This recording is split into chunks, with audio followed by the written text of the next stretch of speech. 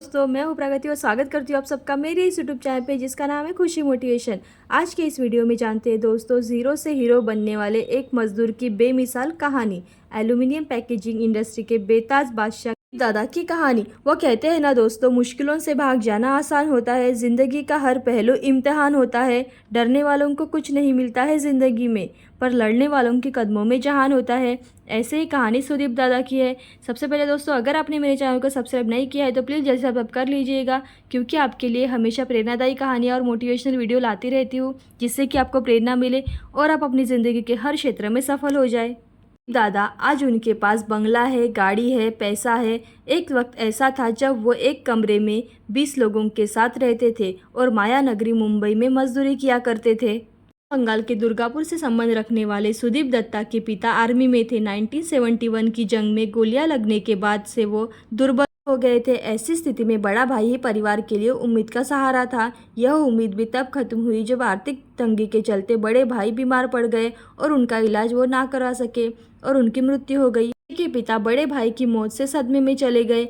अब उनकी माँ और बहनों की जिम्मेदारी उन पर आ गई थी। दोस्तों के द्वारा दिया गया एक सुझाव तब साबित हुआ। एक बड़ी जिम्मेदारी थी जब उस बच्चे को 15 रुपए की नौकरी और सोने के लिए एक जगह मिली, और वह ऐसे कमरे में थी जहां 20 मजदूर रहते थे। कमरा इतना छोटा था कि सोते वक्त भी वहां हिलने की जगह नहीं थी, और ये जगह थी मुंबई। सुदीप दत्ता ने हर दिन मीरा रोड स्थित से अपने घर से जोगेश्वरी स्थित अपनी फैक्ट्री तक वापस 40 किलोमीटर दूर थे। तकलीफ भरी जिंदगी में यह उपलब्धि थी कि कुछ बचाए हुए पैसे वो 2 साल की मजदूरी से आगे बढ़े, और नया मोड़ जिंदगी में तब आया जब वो पैसे अपनी माँ को भेजा करते थे। ऐसी कठिन परिस्थिति के चलते उनके मालिकों ने फैक्ट्री बंद करने का निर्णय ले लिया था, और सुदीप ने नई नौकरी ढूंढने के बजाय फैक्ट्री खुद चलाने का निर्णय लिया।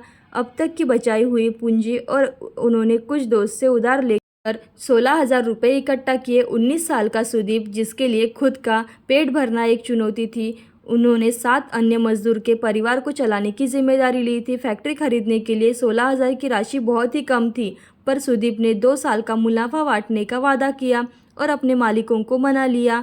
सुदीप उस फैक्ट्री के मालिक बन चुके थे। वह कल तक मजदूर थे।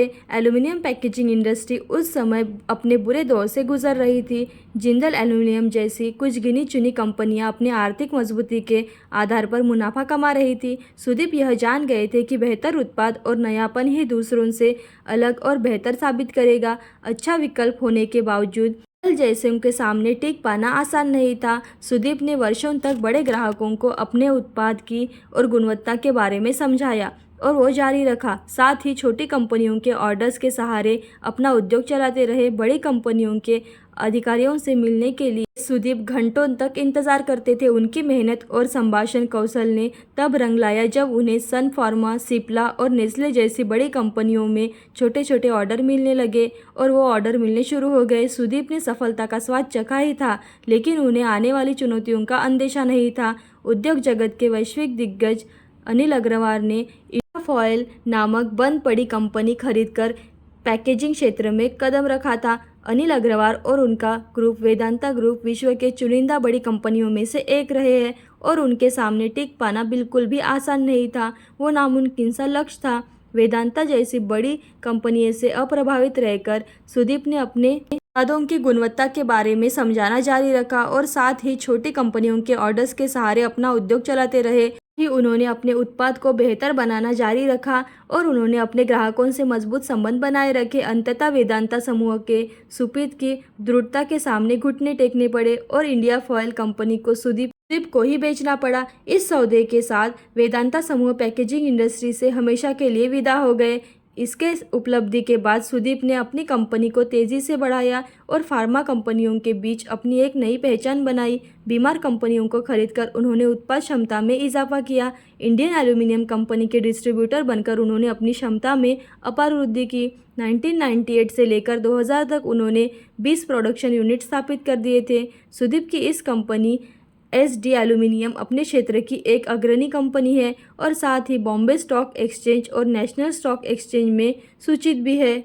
अभिनव सोच के कारण उन्हें पैकेजिंग इंडस्ट्री का नारायण मूर्ति भी कहा जाता है। सुदीप की कंपनी एसडी एल्यूमिनियम की मार्केट कैप 16 करोड़ रुपए से ज़्यादा रहा है। विपरीत परिस्थितियों के बावजूद इतनी विशालकाय उपलब्धि कराने वाले सुदीप कांदिवली स्थिति अपने शानदार ऑफिस से ही अपना बिजनेस और साम्राज्य चला रहे हैं।